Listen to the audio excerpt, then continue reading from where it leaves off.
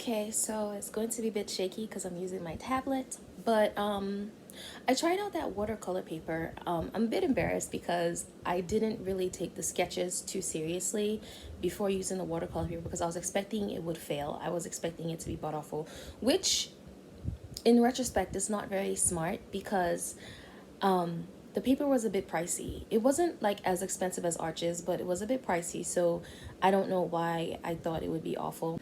Okay, so I tried Fluid 100, which is this one, and I tried this one, which is the Fluid Easy Block. I wish I got a bigger pad because this was kind of hard to work with because it's so little, but that's on me. It's not on the paper. The paper worked out, it worked out really, really nicely.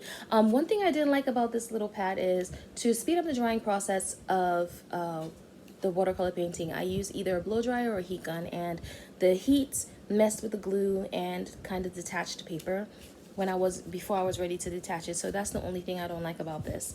I used tape for this around the border, and when I took the tape off, it didn't rip. So that was one thing I was really, really looking for. There was also no blooming at all, which was great.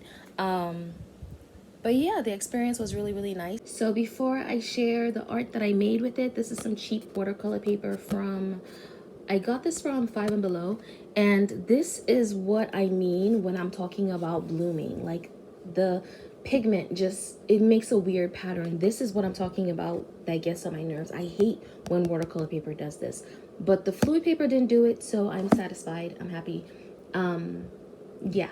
So with the Fluid 100 paper, I did a very, very quick long neck of Princess Mononoke. It looks terrible because I did it. I'm going to have to redo this because I didn't know the paper was going to work out. This was just a test swatch of sorts. So this is what I ended up doing. I didn't know what to do with the background as usual, so I just did a very simple, I guess, stain, wash, whatever you call it.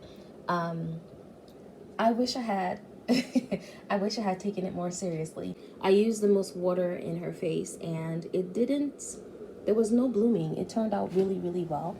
I mean, the technique is butt awful because I'm still learning, but it turned out really well.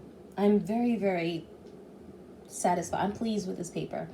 I don't have Archie's money right now, so I think this is my go-to for now.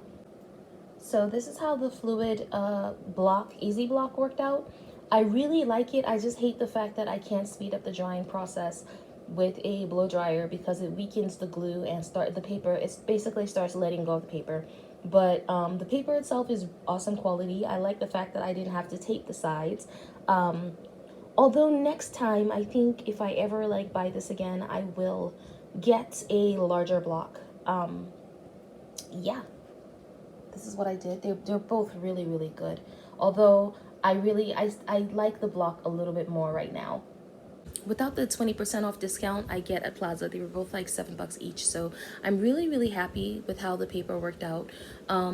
It's nice to not have to spend an arm and a leg for some good paper.